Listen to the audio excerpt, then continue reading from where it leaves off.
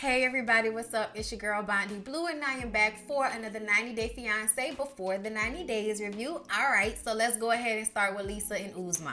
So you know they were arguing last week. They actually have made up because it's time for them to go and meet Usman's mom and see if she is going to give them her blessing. Okay, so they drive up there to see her, and then they have to go and get a goat, okay? Because you know you gotta bring a gift. You can't just show up to them people's house asking for their son hand in marriage without no dowry, okay? All right. So they go to purchase a goat. All right. She's complaining about the smell. It's like it's a bunch of animals. Of course, it stinks. So she picks a goat. The goat ends up being $114, and she thinks that they jacked up the price because she's a white American. I was just like, I mean, that is definitely a possibility, but at the end of the day, an entire goat for $115 sounds cheap even by American standards, okay? And I'm just saying because my dad used to buy, like, go in on half with a calf, like with a baby cow. He would go in half, and that would still be about $500 for half of a calf in America. So I'm like, a whole goat? $114, that sounds like a bargain. I'm just saying, y'all, based off of, animal prices down here in Louisiana, that sounds cheap to me. So I was just kind of looking at her like, would you please just shut up and buy the damn goat? He gets her dressed up in traditional garb, wraps her hair up, everything, all right? And they go to his mom's house where his sisters live, his sister-in-law, his brother, and they all sit down and they talk, okay? And it's not really much conversation. The oldest sister kind of does most of the talking. His mom does thank Lisa for the goat, but you can tell that she does not see it for Inquinsuocha. White devil, okay? I'm sorry. And I can't help it. Every time I see stuff like this, I think about Inquinsuocha. When Nature Calls, if y'all have never seen Ace Ventura, the second movie, whatever. Ace Ventura movies are like two of my favorite movies ever in life. And that second one with Tommy Davidson screaming out Inquinsuocha. Let me guess. White devil. Okay, look. Anyway, that mama thinks that Lisa is trying to steal her son and put him into slavery, okay? She's a Muslim. Lisa's white and Christian. Yeah, this is a no-go. It doesn't matter that you bought me a goat. No, you cannot have my son. And I thought it was hilarious because his sister was the one doing all the talking. And when he explained that Lisa wants to marry him, the sister was like, where they do that at? She basically said, where they do that at? Where did you get this idea from? That you was going to bring this 50-year-old white lady in here and we was going to be like, yeah, you can marry her. Where did you get this from? They said no. And that was basically it. Then his mama got up and walked off like, get out of here. Dismissed. That's enough. Okay. He thought lying about her job was going to make it better, saying she was a doctor when really she's a hospice nurse. I'm sure they have nurse and doctors in Nigeria. I don't understand why you had to make it seem like she was a doctor when she clearly said she was a hospice nurse. But either way, y'all, that is a no-go. So I don't know what's going to happen between Lisa and Usman, but I feel like they need to just put the kaputs on this. Your mom doesn't approve. The age difference, the jealousy, it's just too much. It's too much. Let it go. None of us want this. Let it go. Like, please let it go. Oh, Lord. Geoffrey and Varia. You guys, Geoffrey has finally decided to be honest with Varia about his past. So, they're staying with her mom, right? Her mom does not see it for Geoffrey because she doesn't like the fact that he's going to take her daughter away to America, right? Along with the fact that she doesn't really know him and he has crazy eyes. I'm sure the mom is picking up all kinds of vibes off this man, okay? But they go and walk around her old neighborhood, which looks like the ghetto. I'm going to tell y'all right now, it looked like Varia is from the projects, okay? And they go to her old school and sit out front and they talk, and this is when he finally decides to be honest with her and tell her that he's been to prison. He spent a few years in prison for selling drugs. And Varia has the most visceral reaction to this. She was like, you sold drugs. Like, she was so upset because she was like, do you ever think about what your actions do to families? Like, have you ever thought about that? Because apparently she had a cousin who died of a drug overdose. And it's like, okay, yeah, I get it. We all want to be mad at the pusher man, but at the end of the day, they are selling something that your cousin came to buy, okay? Nobody forced him to do drugs, but I get it. If he gave him some bad drugs or something like that, I totally get why you would be upset at drug dealers all around the world because your cousin died from a bad hit. I get that. Y'all need to stay away from them drugs you can OD on. I'm just saying. Varia thought that they were further along in their relationship, and she thought that he would have been honest with her about something like that. I said, child, I don't know why. You don't know him like that. I guess you think you do, but you don't. Varia says if she had known that about him early on, they would not be together right now. She never saw herself being with someone who not only has been in prison, but also sold drugs. And I'm like, child, wait till you find out that he kidnaps and beats up his girlfriends. I'm just saying, y'all, the police report had said, okay, that he put his hands on her. He kept her from leaving the house. Yeah. Okay, and that was in 2019. He's still fighting that case. So when Varia finds out about the domestic violence situation, I wonder how she gonna feel then. I wonder if he tried that shit with her, what would happen? Because you know, them Russian women ain't nothing to be played with, okay? Like, I'm very curious to see what would end up happening to him if he tried that same shit with Varia. She got crazy behind her eyes too. But she has to think about all of this. She doesn't know how she feels just yet, and she needs time. I said, child, you need to leave him alone. But, you know, I don't really like neither one of y'all. So whatever y'all want to do. Y'all, then we get to Ed and Rose. Y'all start laughing as soon as I think about it. Y'all, okay, so he's supposed to be spending the night at Rose's house. And y'all know that Rose sleeps on a pallet on the ground, okay, in this like shack where the ceilings have holes in them. There aren't whole walls, you know, it's just kind of open to the elements, you guys. So open to the elements. And the night that they were supposed to be spending their first night together at Rose's house, her dad asked to spend the night in the same house. Now, at first, it seemed like he wanted to sleep in the same room, but he was actually sleeping in a room on the other side of the room that Ed and Rose were sleeping in. So there's no AC, no mattress, and it's raining, okay? There's a tropical storm going on. Ed is like, is that thunder? Is that thunder? I'm like, what are you, a fucking puppy? Calm down. Yo, I'm sorry, y'all. I laughed so hard. He said he had the worst night of his life because it was dripping and raining on him. He couldn't sleep. Child, when I tell you, Rose woke up like she had the best sleep of her damn life.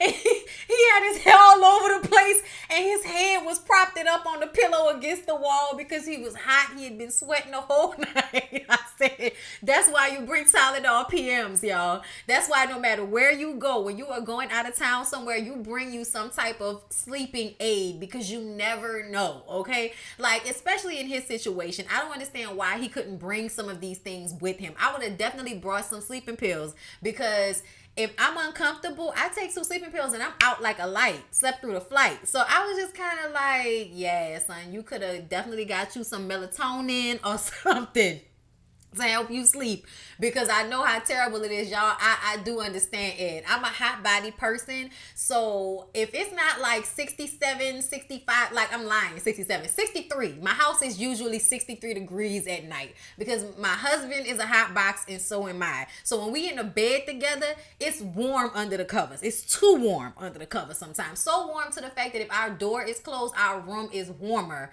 than all the other rooms in the house, because when we sleep, for some reason, we escalate in temperature. All right, so our house has to be cold.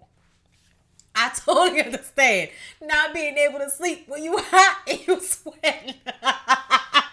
Oh, but that's what you get. That's what you get for not doing your research. How could you not have conversations about what her living situation was like? And now he's looking at her even more so like, who wouldn't want to hurry up and get out of this situation and come to America? I need to find out if she genuinely loves me.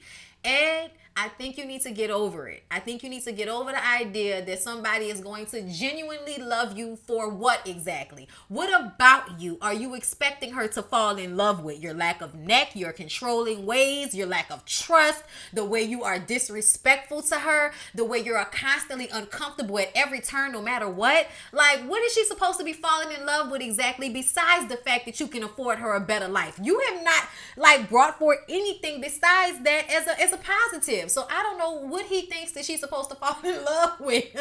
But it damn sure ain't that mayonnaise filled hair that he got. I was like, the hair was just all over the place. Yeah. I'm sorry, y'all. Every time I think about it, I die laughing. I was laughing my ass off this entire episode, laughing at Ed's ass. So then they gotta take a shower. Y'all know what a shower is? The shower is we go into this dirty ass room, okay? Ed and her daddy.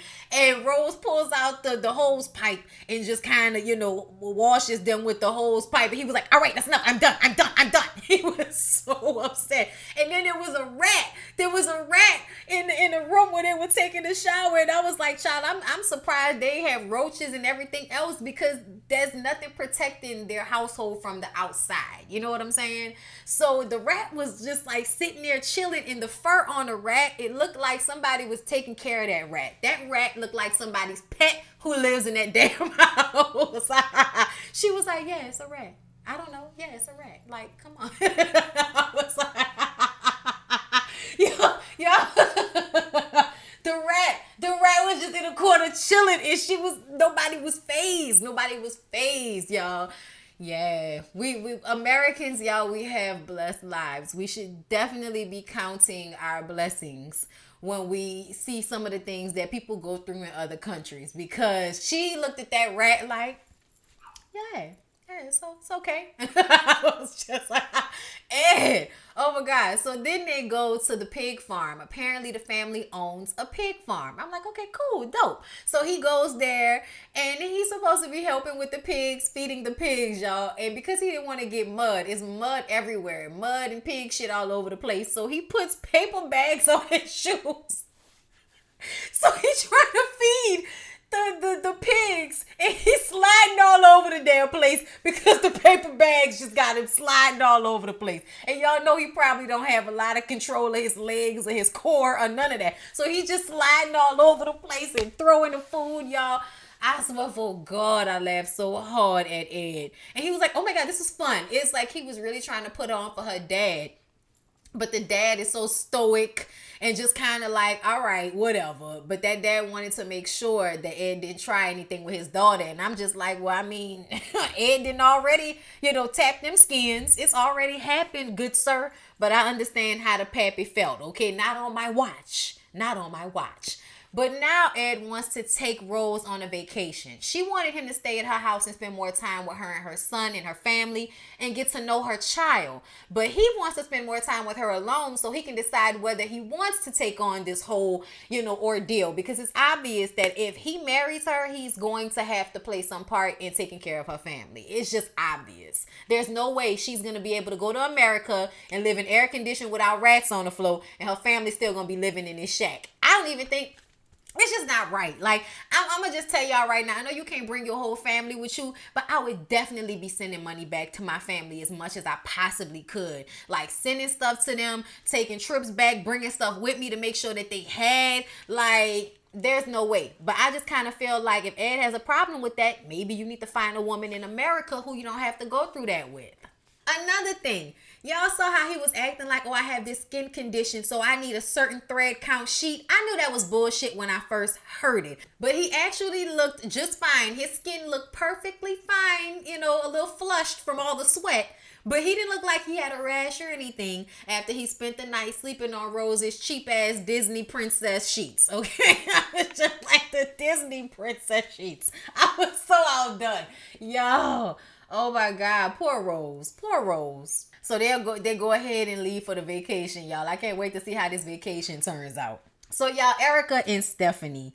Y'all, Erica and Stephanie are a lot, okay? They're really a lot. First of all, so Stephanie decided not to leave because y'all know last episode, Erica and Stephanie got into it because Stephanie is a controlling brat little bitch. And Erica was expecting to, find a sexy woman who wanted to, I don't know, kitty click or something, you know what I mean? Like, not just some crazy possessive bitch that wants me to feel bad for her because she's sick and also wants to tell me that I can't, have apps on my phone and when I should move to New York, but then doesn't want to bump cooch. Like, I just understand where Erica is coming from. Stephanie is exhausting, okay? She's exhausting and she's a perpetrator. Like, online, she's supposed to be this free spirit and sexual and all of this, but then you get in person and, you know, I've only known you for a few days. I've only been here for a few days. It's only been a few days. It's been like, what, 4 days? She's constantly using that as a way to make up for why you're not affectionate with Erica,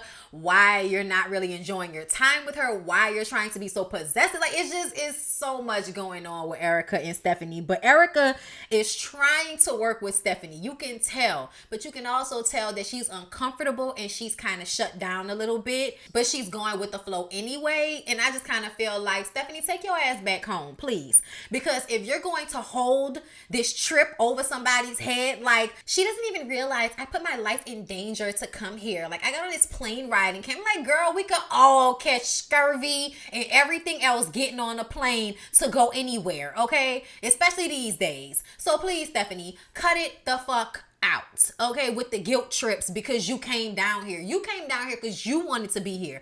Don't try to make that girl do something or make her feel bad about how she feels about things just because you want everything to go your way. You can tell that Stephanie's whole family has catered to her entire life, and it's exhausting as shit to see a grown-ass woman be this annoying. I'm just saying. She's so cute, but she really, like, turned me off. I was just like, So Erica is like outside the Airbnb while Stephanie is packing up her stuff so that they can go and spend time with Erica's family.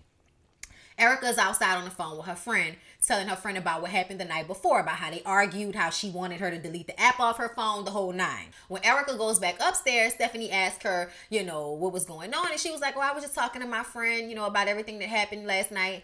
And Stephanie is like, well, you know, I would really like if you didn't talk to your friends about what goes on between us. And it's like, first of all, I don't even know you like that. As you keep telling me, you know, it's only been a few days. Why do you think you can dictate what I tell my friends? Like, I was just kind of like, yeah, Stephanie, you overstepping so many boundaries right now. It's a total turn off. It doesn't matter how cute you are, how plump your breasts are, bitch. You're annoying. Erica is now questioning the kind of person that Stephanie really is. I would be questioning the type of person she is too. Because all this controlling shit is too much. And then the lack of affection, like, see, if you're going to be controlling, you got to at least be giving me some orgasms. We can't be controlling and no orgasms. That's just not going to work. When they get in the car, it's a long car ride. Erica obviously wants to talk about the issues. Stephanie doesn't think a long car ride is the time to have this conversation. I said, bitch, it's the perfect time to have this conversation, okay? But they end up talking about it. Stephanie says that she lacks stability growing up with her health issues. So all she wants to do is know what's going to happen. So I guess that's why she's always trying to control everything. But at the end of the day, you can never know everything. You need to just let that go. Like, nobody knows everything. You're never going to know what happens. It doesn't matter if she deletes apps off her phone. It doesn't mean she won't cheat on you eventually. It doesn't, you know what I'm saying? Like, none of the things that you're doing is actually going to stop whatever the negative outcome you're expecting. It's not going to stop that from happening. So just stop. Like, just please calm the hell down, chill out, and try to enjoy yourself. Like, she's so uptight. So they get to Erica's hometown and they meet up with her homegirl Claire. Homegirl Claire was cute. I'm not even gonna lie. I was like, oh, hey, homegirl Claire. I was like, I don't know. I was just like, oh, she cute. Steph is uptight and it shows. Erica is more quiet than usual and Claire is noticing it. She knows how her friend normally is. So she's sitting there seeing her friend kind of like shrinking down, you know, them not being affectionate towards each other. Like, Claire is picking up on all of the uncomfortable energy between Stephanie and Erica. They discuss that they're supposed to be meeting with some of Erica's other friends. And some of her friends she's been in relationships with. Specifically, this guy who she has spent some time with, who she sometimes has sleepovers with. Like, it's a whole ordeal. Whoever this ex is that's also one of her friends. So now Stephanie has something else to be jealous about. And I'm like, girl, you need to be worrying about y'all relationship, not her relationship with anybody else. Because at the end of the day, you haven't been in her life long enough for her to feel like she wants to, you know, let any of her friends go because of you. So I just would play my position and chill the hell out. But apparently Stephanie doesn't know how to do that. She goes to the bathroom and Claire asks Erica, like, what's going on? Y'all are not being affectionate. I can tell something's wrong. Like, what's going on?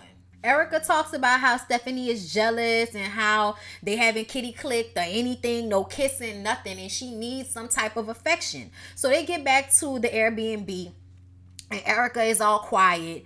And she explains to Stephanie that she is bothered by the lack of trust that Stephanie seems to have in her and the lack of affection. Like, it's confusing for her. Stephanie feels like it's been 3 or 4 days and she's been excommunicated. I'm like, oh great, jump off the bridge because you can't deal with this girl telling you that she doesn't like the way you're treating her. Like, she then turns into the victim and starts to fake cry. I was just so over Stephanie during this scene. Erica reminds her that they've been talking to each other for 4 months prior and they were being very, emotional or sexual through the video chat and the messages, I'm sure. So it's like, why you want to get here now and act, like you scared to be affectionate when we've been talking about it for 4 months? When Erica cried and said she just wanted to be with somebody who wants to hold her and kiss her, I feel like it put this whole thing into perspective. This is a new relationship. Y'all shouldn't be able to keep y'all hands off of each other right now.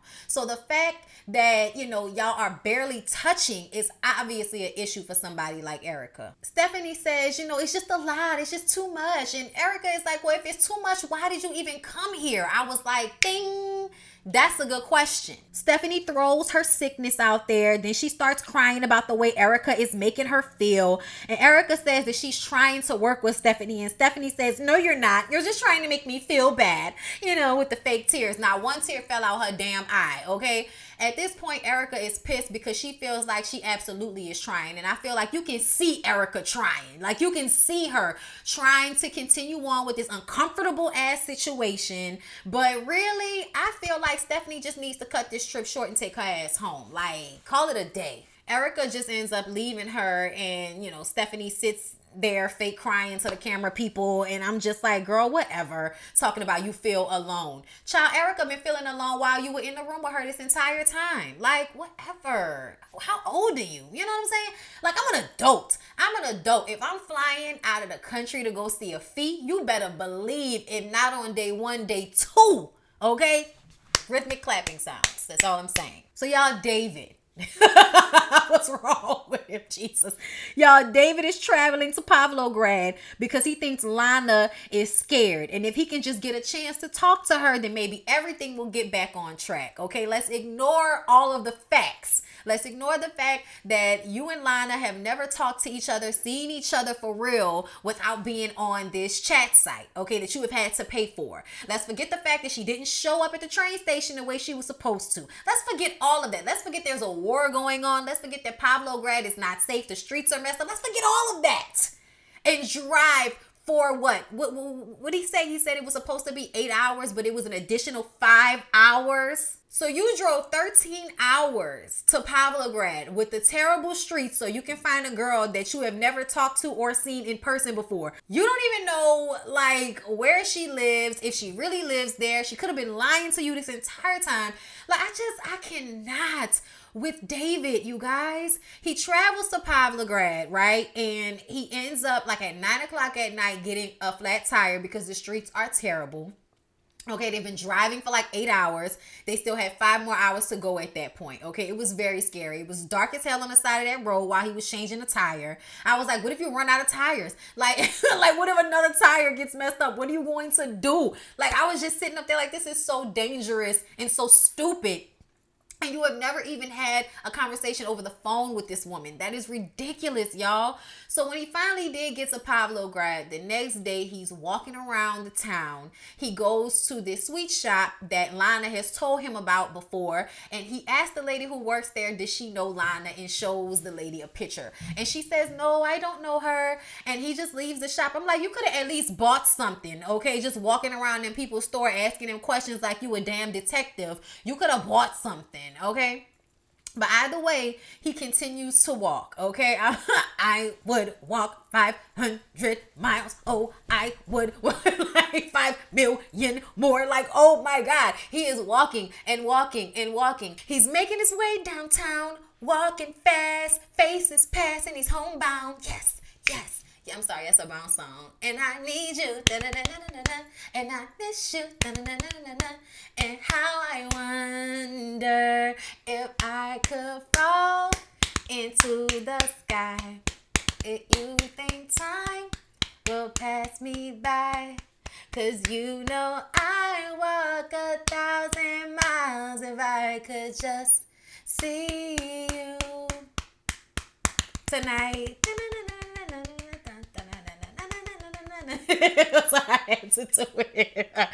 Okay. He tries to get on the chat, but she's not on the chat, okay? So he goes walking around the city even more. And then he gets on chat a little bit later, and she's there, okay? She's on the chat, and she's asking, does he still want to meet for a photo and relationship and visa? I didn't really understand what she was saying, but he translated it as, do you still want to meet so that we can take pictures and create evidence for the visa process? I'm like, that's the first thing she says after ignoring you and not answering you all this time, and you just act like it's all good. So now he feels great because she finally messaged him back. I said, this is crazy. Crazy, y'all. What's wrong with David? Anything could have happened to this man. Like, what kind of blind, oh my God, blind ambition. Like, I don't even know what to call it. Crazy. Who would do this? Y'all, I don't know what's going on with Avery and Ash. Avery is obsessing about meeting Ash's kid and ex-wife so she can find out if the ex-wife is really okay with their son coming to America to be with him. I'm like, y'all need to figure out what the hell is going on with y'all relationship, because she feels like he's always showing her a representative, and he is showing you a representative. That's all he knows how to show. I mean, y'all actually are going to have to be living together in a relationship, or at least spending way more time together for you to really get to know the real Ash, because I don't think he even knows how to show the real Ash. He's always in romance mode. He's always being Mr. Lover Man, Shabba. He's always in that mode. But he tells her he's still working on trying to get this meeting between she and his ex-wife going. And I personally feel like he probably hasn't even talked to that ex-wife about Avery. Like, I don't know why, but I think he's lying about the situation with his ex-wife. I don't know why. It's just something about it seems like you saying that you trying to make it happen, but it kind of seems like you're not, and you're just stalling Avery. And I don't really understand what is going to be the outcome. But every time they show us scenes with them, I'm like, nothing's actually happening. Like, nothing's happening. Why are we here with them right now? They're not really doing anything. The only thing we've noticed is that Avery is obsessing about his family, and that he's obviously hiding the truth from her about something, okay? And he has crazy eyes and spiky hair and a great bod. So, yeah.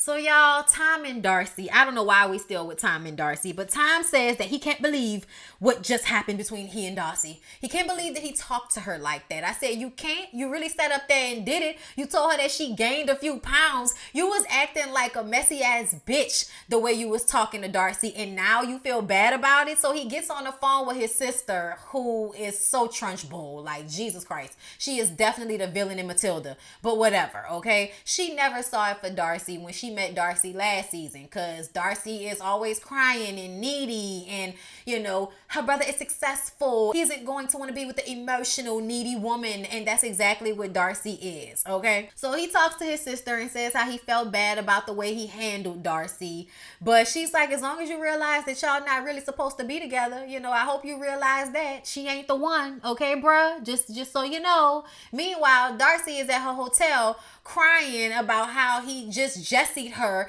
and he was a Jessie in disguise, and he treated her the same. And why did he come all the way here? Why do you have to come all the way here? You know what I'm saying? I cannot stand Darcy with her dignified crying and shit. Like, she works on my nerves, y'all, because you know she gets this moment where she's trying to be like dignified, but she can't stop crying. Whatever, okay? In time, you full of shit. You knew exactly what you was coming there to do, and I think you know what it was gonna look like on camera, or at least somebody told you. You know you look wrong as hell on camera, right? So now you feeling bad about it, and you want us to think you have some conscience about the way you just treated Darcy. No, I'm not falling for it, Tom. You ain't shit. You been ain't shit, and Darcy needs therapy. like every week, a few times a week. But he says that he wants to apologize to Darcy for hurting her feelings. He can see how this has all been tough for her. I said, but you couldn't muster any of this sympathy when you were sitting in front of her. Child, please. Whatever. Like, I'm over Tom and Darcy. Tom just wants to be on 90 Day Fiancé, and Darcy just wants to be on 90 Day Fiancé as well. Okay, like, let's just be honest. Y'all just want to be on reality TV. That's why y'all are pushing this shitty ass relationship on us constantly. Like, I'm over Tom and his skinny neck. Okay, I'm over Darcy and her constant fucking crying. Like, I'm over it already. Let it die, TLC. Let it go. But yeah, you guys, that was 90 Day Fiancé before the 90 days. I hope y'all enjoyed the review. Please don't forget to like, comment, and subscribe to my channel if you have not already.